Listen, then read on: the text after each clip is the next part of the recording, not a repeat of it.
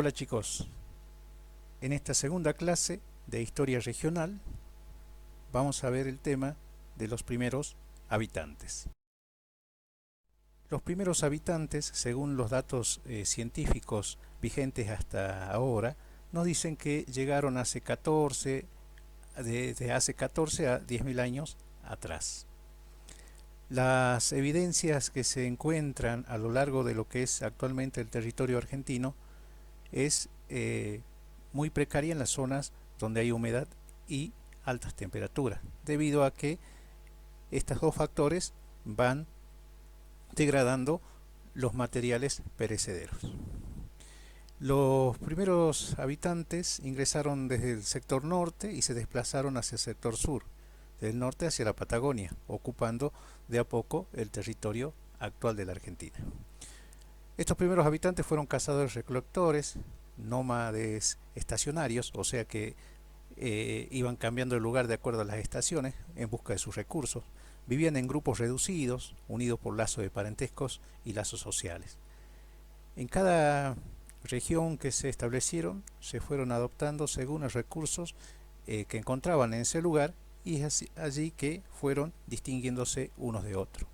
A medida que avanzan los estudios científicos, también se pueden ir modificando las teorías vigentes. De hecho, comenzamos acá diciendo que los primeros habitantes llegaron hace 14.000 a 10.000 años antes del presente. Pero ya en la clase anterior ustedes leyeron un informe periodístico de un diario de la provincia, en la cual se publica que en la zona de la puna catamarqueña, muy cerca del límite de la puna salteña, se han encontrado restos arqueológicos que se analizaron, y en un primer análisis, en una primera datación, muestran que tienen una antigüedad aproximada de 40.000 años. Entonces, mucho más antigua que las teorías vigentes hasta hoy. Si las teorías vigentes hasta hoy nos dicen que llegó entre los 14.000 o 10.000 años antes del presente, los nuevos estudios, el nuevo descubrimiento nos está diciendo que llegaron hace 40.000 años. De todas maneras, estas muestras de cabellos humanos que se están estudiando están en proceso todavía de investigación, y con el tiempo esta teoría puede modificarse, ¿no? Y establecerse una nueva teoría, porque diríamos que ya en la puna catamarqueña, muy cerca de los valles calchaquíes, estaban ya habitados hace 40.000 años. Así que bueno, mientras tanto nos quedamos con la información que la ciencia toma como verídica hasta hoy.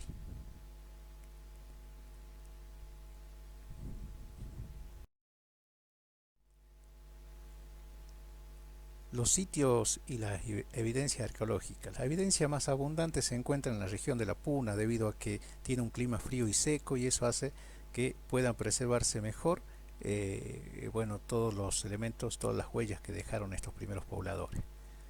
Entre los sitios más antiguos que hay en la Argentina podemos encontrar en Jujuy, Inca Cueva y Huaychichocana; en Mendoza, Agua de la Cueva y Gruta del Indio, que estos sitios son los más antiguos. En Buenos Aires tenemos varios, entre ellos Paso Otero, Arroyo Seco, Cueva Tiki, Cueva La Brava, Cerro El Sombrero, y hay otros más, ¿no?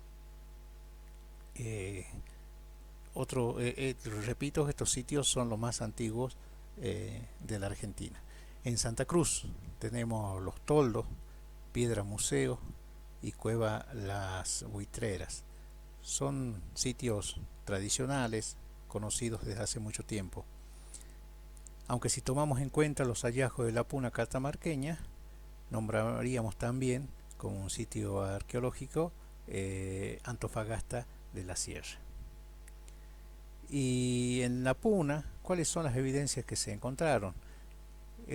Bueno, son artefactos líticos, o sea, líticos hechos de piedra, como este que estamos viendo acá en la pantalla, que son raederas. ¿Qué son las raederas? Servían para cortar el pelo del cuero del animal, para separar la grasa de, de la carne, para separar la carne del hueso. Y ahí tenemos al raspador. El raspador, que es muy parecido a la raidera, pero el raspador tenía otra función. El raspador sirve para trabajar sobre superficie más dura, sobre rocas, sobre hueso, sobre troncos. Esa es la diferencia. Son muy parecidos, pero tenían funciones distintas. También se encontraron muchas puntas de flechas y de lanzas.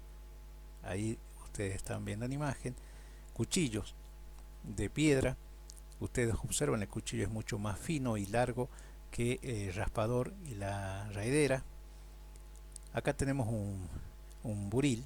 Un buril es un pedacito de piedra chico que servía para trabajar las otras piedras y hacer raideras, hacer raspadores, punta de flechas, cuchillos, darle la forma y darle el filo. Por lo general eran unas piedras mucho más duras que las otras, igual de dura o mucho más dura que la que se trabajaba. Y en cuanto a las evidencias que tienen que ver con artefactos de fibra y de cuero, tejidos vegetales que se hacían de algunos vegetales, se hacían tejidos, se hacían cordelerías, y de estos cordones se podía fabricar los arcos, se podían algunos tipos de calzado, se podían hacer algunos tipos de calzado, ¿no? Y con los tejidos, las vestimentas. Entonces aquí tenemos las evidencias que dejaron, las huellas que dejaron estos primeros habitantes. Pongamos atención específicamente en los artefactos líticos, ¿no? Que ahí tenemos las raideras que servían, les decía, para separar el cuero de la carne, la grasa de la carne del hueso, y también servía para cortar el pelo de la piel del animal. En los raspadores, que tenían un cierto parecido, pero que tenían funciones distintas. El raspador era para trabajar superficie mucho más dura, como para trabajar el hueso, para trabajar los troncos, la madera.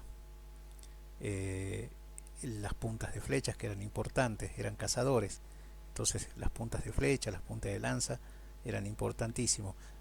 De hecho, la piedra era importante para estos pueblos. El cuchillo, que ahí lo vemos en imágenes, un poco más fino, más alargado que las raederas y el raspador. Y repito, el buril, que es un pedacito de piedra igual de resistente, igual de dura que las otras, o más que las otras, que servía para trabajar, para darle forma a la raidera, para darle forma al raspador, para darle forma a las puntas de flecha, para darle forma al cuchillo.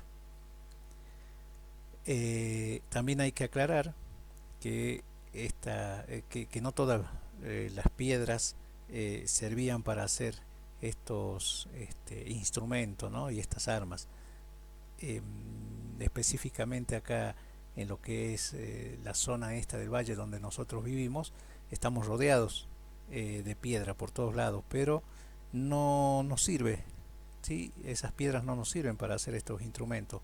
Por lo tanto, esto se encontraba, si tenemos en cuenta en el valle, podíamos encontrarlo en la puna.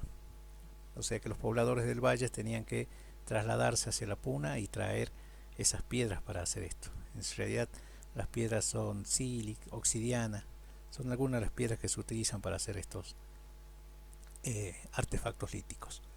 Y bueno, en el otro, repasando, artefactos de fibra y de cuero, ya podían hacer hilos o corderías de fibras vegetales, también hacían tejido, también podían trabajar el cuero, ¿sí?